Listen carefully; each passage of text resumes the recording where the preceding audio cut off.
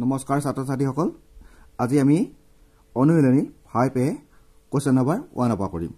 question number 1 টো চোৱা তলৰ চিত্ৰবোৰৰ পৰা x y z ৰ মান উলিয়াবলৈ কৈছে এতিয়া এই প্ৰথম চিত্ৰ চোৱা a b c d এটা চোৱা a c আৰু d এই x টো d টো আছে এটো বহিকোণ বুলি কোৱা হয় আৰু এই 50 টো অন্তকোণ আৰু 55 টো অন্তকোণ এতিয়া আমি ইয়াৰ ধৰ্ম পাম এই ধৰ্মটো মতে আমি কৰিব লাগিব এছোৱা ধৰ্মটো কি দিছে বহিকোণৰ মাপ সমান বিপৰীত অন্তকোণ দুটাৰ মাপৰ সমষ্টি এতিয়া আমি বহিকোণ কোণটো আৰু অন্তকোণ কোণটো এটা প্ৰথমে চিনাকি হৈ ল'ব লাগিব এটা চোৱা এটা আমি ত্ৰিভুজ আঁকি ললো a b c আৰু এটো d বিন্দু বহাই ললো এতিয়া এটো এটা কোণ দিলো ধৰাই লোৱা a c d এটো কয় বহিকোণ এটো বহিকোণ বুলি কোৱা হয় আৰু এটো নাম দিলো মই x এটো অন্তকোণ হ'ব আৰু এটো নাম মই দিলো y এটো অন্তকোণ আৰু এটো নাম মই দিলো z এটা ত্ৰিভুজৰ এই ত্ৰিভুজটো a b c এই ত্ৰিভুজটো x y আৰু z এই তিনটাক আমি অন্তকোণ বুলি কওঁ তেতিয়া হলে বহিকোণটো কোনটো হৈছে কি a c d আৰু এইবিলাক লিখোতে সদায় এই কোণৰ চিহ্নটো দিব লাগে এটা চোৱা a c d আমি লিখিম এংগল a আৰু যেটো আমি কোণ বুলি কওঁ হেতু সদায় মাজত থম c টো মাজত থলো আৰু d দিলো হল এতিয়া কৈছিল আমাক বহিকোণৰ মাপৰ কোণ দুটাৰ মাপ বহিকোণ এটাৰ মাপৰ সমষ্টি এটা এটো a c d এটো বহিকোণ হল এই কোণটোৰ সমান আমাক কৈছে বিপৰীত অন্তকোণ দুটাৰ মাপৰ সমষ্টি আমি বিপৰীত মানে এই ভিতৰ যিকোনো দুটা আমি কোণ যোগ কৰিব পাৰো এতিয়া আমি যদি x আৰু z লওঁ তেতিয়া আমি কি ক'বলৈ x + z এনে কৰিব পাৰো বা আমি যদি x + y কৰিব পাৰো বা z + y কৰিব পাৰো এনে মানে মাত্ৰ ভিতৰৰ কোণ দুটা ল'ব লাগিব আৰু বহি এটা কোণ ল'ব লাগিব এটা ধৰি লোৱা আমাৰ a c d এটো বহিকোণ মই লিখি ললো ইয়াত 135 ডিগ্ৰী লিখি ললো এটা a c d এটো যেটো বহিকোণ হয় বহিকোণৰ মাপ কিমান লিখিলো আমি 135 গতিকে আমি চোৱা এই বহিকোণটো আছে আমি ইয়াত লিখি লম এংগল a c d যেটা ইয়াৰ মান হৈছিল কি 135 আৰু এই বহিকোণটোৰ সমান কি কৈছে অন্তকোণ দুটা যোগফল হৈ গৈছে গতিকে আমি যদি লিখো x + z তাৰ মানে এই x আৰু z যোগ কৰিলে আমি এই বহিকোণৰ মানটো আমি পাব লাগিব এটা ধৰি লোৱা x ৰ মান আমি 35 ডিগ্ৰী দিলো আৰু ইয়াৰ মান আমি কিমান দিম তেতিয়ালে 100 ডিগ্ৰী দিলো এটা চোৱাচোন x ৰ মান যদি আমি 35 ডিগ্ৰী আৰু z ৰ মান পাইছিলো আমি 100 ডিগ্ৰী তেতিয়ালে আমি দুটা যোগ কৰিলে কিমান পাব 135 পালো তাৰমানে এই দুটা যোগ কৰিলে আমি বহিকোণৰ মানটো সমান ওলাব লাগিব এটোৱে ইয়াৰ নিয়ম এতিয়া আমি প্ৰশ্ন আলোচনা কৰিম এতিয়া প্ৰথম ত্ৰিভুজটো দিছে a b c d এটা চোৱা ত্ৰিভুজটোৰ নাম দিছে a b c তেতিয়া এই ত্ৰিভুজটোত আমাৰ অন্তকোণ দুটা আছে এটা আছে 50 ডিগ্ৰী আৰু এটা আছে 55 ডিগ্ৰী আৰু আমি কি ক'ব লাগে যেটো বহিকোণ আছে তাত মান দিছে x গতিকে আমি x ৰ মানটো উলিয়াব লাগে আমি কি পাইছিলো যে বহিকোণ এটাৰ সমান কিমান কৈছে অন্তকোণ দুটাৰ যোগফল বুলি কৈছে গতিকে আমি বহিকোণটো উলিয়াবলৈ অন্তকোণ দুটা আমি যোগ কৰি দিব লাগিব এটা বহিকোণটো আছিল আমাৰ কিমান x আছিল এটো নহয় জানো a c d আছে গতিকে আমি এংগল a c d পাতিলো আৰু ইয়াৰ মান কিমান দিলো আমি x দিয়া আছিল x দি দিলো আৰু এংগল a মান দিয়া আছে 50 ডিগ্ৰী প্লাস এংগল b মান আছে 55 ডিগ্ৰী 55 ডিগ্ৰী আৰু এটো ধৰ্মটো ত্ৰিভুজৰ বহিকোণৰ মাপৰ তাৰ বিপৰীত অন্তকোণ দুটাৰ যোগফল সমান এটো মই বুজাই দিছো তোমালোকক খালি মই ধৰ্মটো লিখি লৈছো আৰু তোমালোকৰ ধৰ্মটো লিখি ল'ব লাগিব এটা চোৱা x = 50 আৰু 55 যোগ কৰিলে কিমান পাম 105 5 ডিগ্ৰী পাম তেতিয়ালে আমাৰ x ৰ মানটো ওলাই গ'ল বহীখনৰ মানটো 105 এক নম্বৰটো হৈ গ'ল একেবাৰে উজুৰ আৰু এবাৰ আমি দুই নম্বৰটো কৰিম দুই নম্বৰটোত চোৱা p q r এটা ত্ৰিভুজ দিছে আৰু এফালে কিমান বহাইছে s বহাইছে s ত কি কৰিছে 120 ডিগ্ৰী কৰিছে আমি বহীকোণটো তেতিয়া কোনটো হ'ল p q s এটো হৈছে বহীকোণ আৰু অন্তঃকোণটো কি হৈছে এটো x আৰু এফালে 90 গতিকে আমি ax আৰু 90 প্লাস কৰিলে 120 পাব লাগে গতিকে আমাৰ বহীকোণটোৰ নাম হৈছে p q s মই লিখি দিছো p q s আৰু এই এংগলটোত কিমান দিছে 120 ডিগ্ৰী দিছে তাৰ মানটো বহাই ললো আৰু p চোৱা এংগল p কি আছে x আছে আমি x বহাই দিম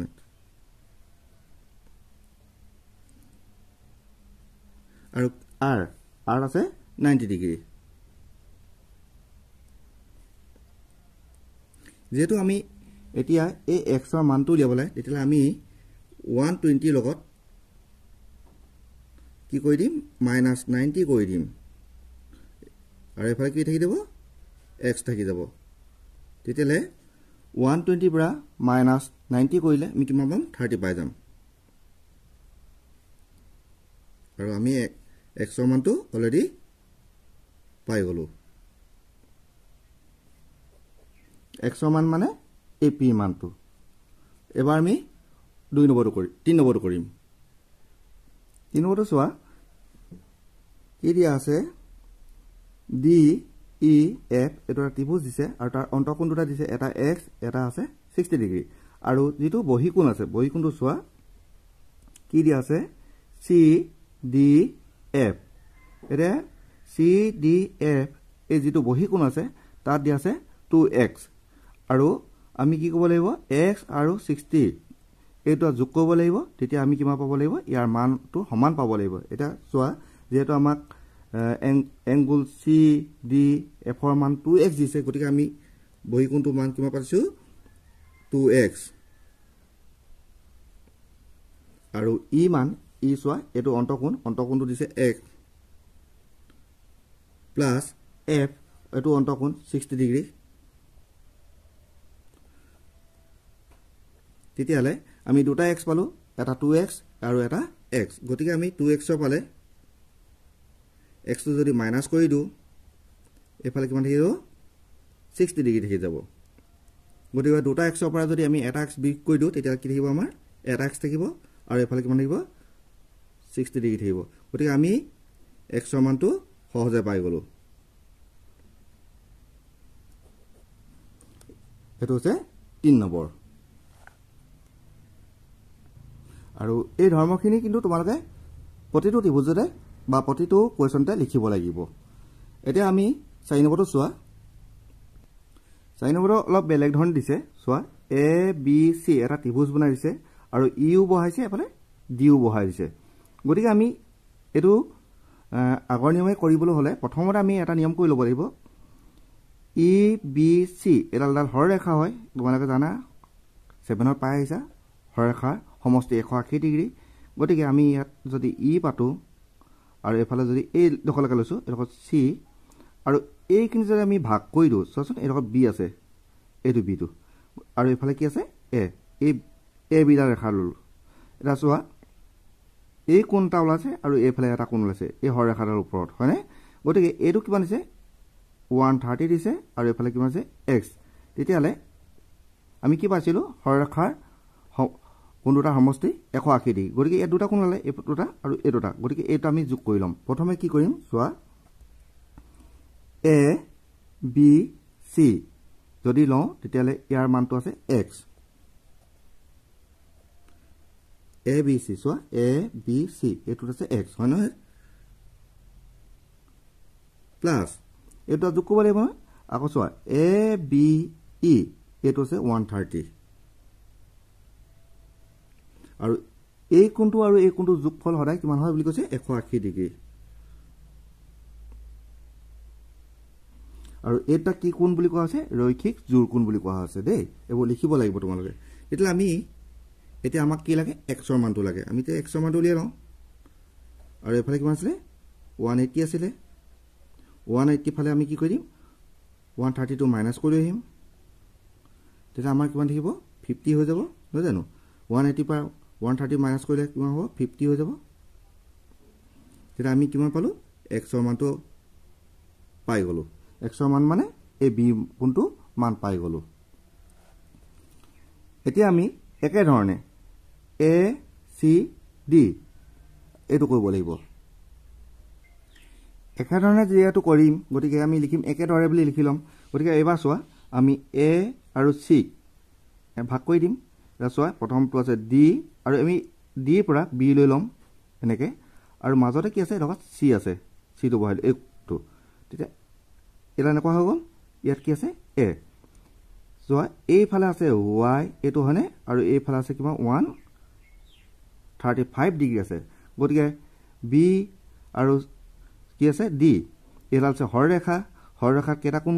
উৎপন্ন হ'ল দুটা কোণ উৎপন্ন হ'ল এটা হৈছে 135 আৰু এইফালে কি আছে y আৰু এই কোণটা নাম কি হৈছে এটা নাম হৈছে a c d আনটো হৈছে a c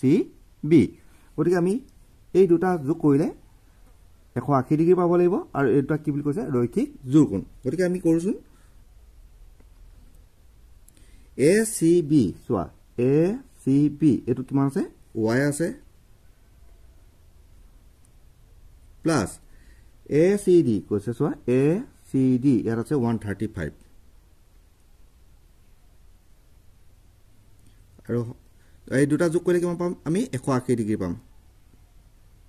আৰু এটা কি হয় ৰৈখিক জোড়কোণ গতিকে আমি y মানটো সহজে উলিয়াই পেলাব পাৰিম 180 ফালে আমি কি কৰিম 135 টো মাইনাস কৰি দিম তেতিয়া আমাৰ কি হ'ব y মানটো ওলাই যাব এতিয়া y মানটো আমি কিমান পাম গৈ 180 পৰা 135 মাইনাস কৰি দিব লাগে এটো হৈছে 45 ডিগ্ৰী তেতিয়া আমি পালো যে y মানটো আমি কিমান পালো 45 ডিগ্ৰী পাই গলো হগল আমি এতিয়া কি পালো x ও পালো y পালো আমি পোৱা নাই মাত্ৰ z টো গতিকে z টো ক'ত আছে চোৱা অন্তকোণ হৈ আছে x y z এটা কিটা অন্তকোণ হয় গতিকে আমি ত্ৰিভুজৰ ধৰ্ম অনুসৰি কৰিব পাৰিম ত্ৰিভুজৰ ধৰ্মটো কি আছিল যে তিনিটা কোণৰ সমষ্টি 180 ডিগ্ৰী মানে অন্তকোণ তিনটা x y যোগ z এই তিনটা যোগ কৰিলে আমি কিমান পাব লাগে 180 ডিগ্ৰী এটা ত্ৰিভুজৰ ধৰ্ম অনুসৰি আমি হেকিটা কৰিম এটা চোৱা আমি ত্ৰিভুজত কি পাইছিলো a আছিলে z b আছিলে x আৰু c আছিলে y গতিকে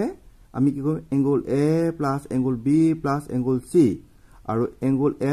যেটো আছে z আছে z বহাম b x আছে x বহাম আৰু c কি আছে y আছে y পাতিম এতিয়ালে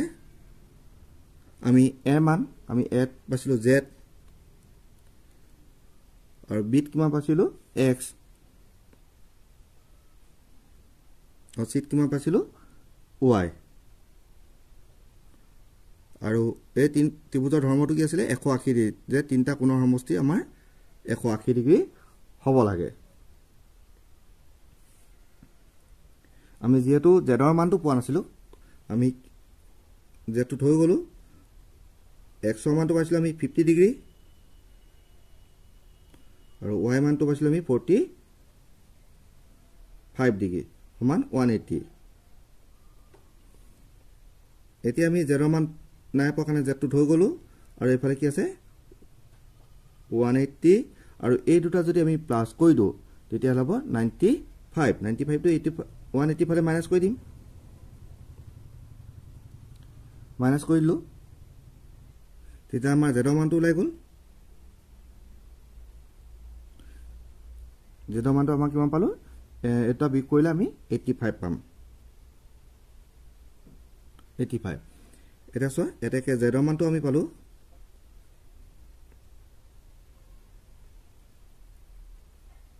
85 আমি তিনটা কোণৰ মানটো আমি পাই গলো গতিকে তোমালোকে খুব প্ৰেক্টিস কৰিবা তেতিয়া সহজ হৈ পৰিব এতিয়া আমি নেক্সট কোৱেশ্চন চাম 5 নম্বৰটো এটা 5 নম্বৰত 4 আৰু 5 দুটা একে হ'ব চোৱা কেনেকৈ হ'ব ডি ই এফ এই ত্ৰিভুজটোত দুটা অন্তঃকোণৰ মান দি দিছে এটা দিছে 40 ডিগ্ৰী এটা দিছে 75 ডিগ্ৰী আৰু y মানটো উলিয়াব লাগে এফালে আকৌ দিছে বহিকোণটা দিছে ডি এফ জি এটো বহিকোণ ইয়াৰ x এই x ৰ মানটো আমি পাব লাগিব গতিকে আমি প্ৰথমতে কি কৰিম যে এটো এফালে জি আছে নহয় জানো এফালে কি আছে ই আছে মাজত আছে এফ গতিকে এটো আমি এনেকৈ ভাগ কৰি দিম তেতিয়ালে এ কোণটো আৰু এ কোণটো এডাল হৰৰেখা হৈ গ'ল হৰৰেখা হৈ যোৱাৰ লগে লগে কি হ'ল এফালে এটা কোণ পালো এটা এফালে এটা কোণ পালো আৰু ওপৰত আছিল ডি বিন্দু গতিকে দুটা কোণৰ সমষ্টি আমি 180 ডিগ্ৰী আৰু এটো যেটো আমাক x দিছে আৰু আমাক কি হৈছে 75 দিছে গতিকে এই দুটা কোণ যদি আমি যোগ কৰি দিও তেতিয়া কি হ'ব ইয়াৰ যোগফলটো 180 ডিগ্ৰী হ'ব লাগে আমি 180 ডিগ্ৰী যদি 75 টো বিক কৰি দিও তেতিয়া আমাৰ x ৰ মানটো ওলাই পৰিব এটা চোৱাচোন ডি এফ আৰু জি এই কোণটোত আমাক দিছে x এতিয়া ডি এফ জি এটো নহলে ইয়াৰ দিছে আমি কি দিছে x plus D F E এটো দিছে আমাক 75 আৰু এটা যেটো ৰৈখিক যোগফল এটাৰ সমষ্টি হয় 180 ডিগ্ৰী গতিকে আমি যদি x টো এফালে থৈ দিও আৰু 180 ফালে যদি আমি -75 কৰি দিও তেতিয়া আমি x ৰ মানটো পাই যাম এটা x ৰ মানটো 180 পৰা 75 বিক কৰিলে 105 হ'ব গতিকে আমি x ৰ মানটো ওলাই গ'ল এতিয়া এইখিনতে অংকটো শেষ হোৱা নাই আৰু এতিয়া আমি কি কৰিব y মানটো উলিয়াব লাগিব y মানটো আমি কেনেকৈ উলিয়াম চোৱা আমি পাই গলো x ৰ মানটো পাইছো বহিকোণটো মান পাইছো গতিকে আমি এটা ত্ৰিভুজৰ ধৰ্ম অনুসৰি এই 40 75 আৰু y যোগ কৰি লম তেতিয়া আমি কি হ'ব এই y মানটো ওলাই যাব আৰু তিনটা সমষ্টি কিমান হ'ব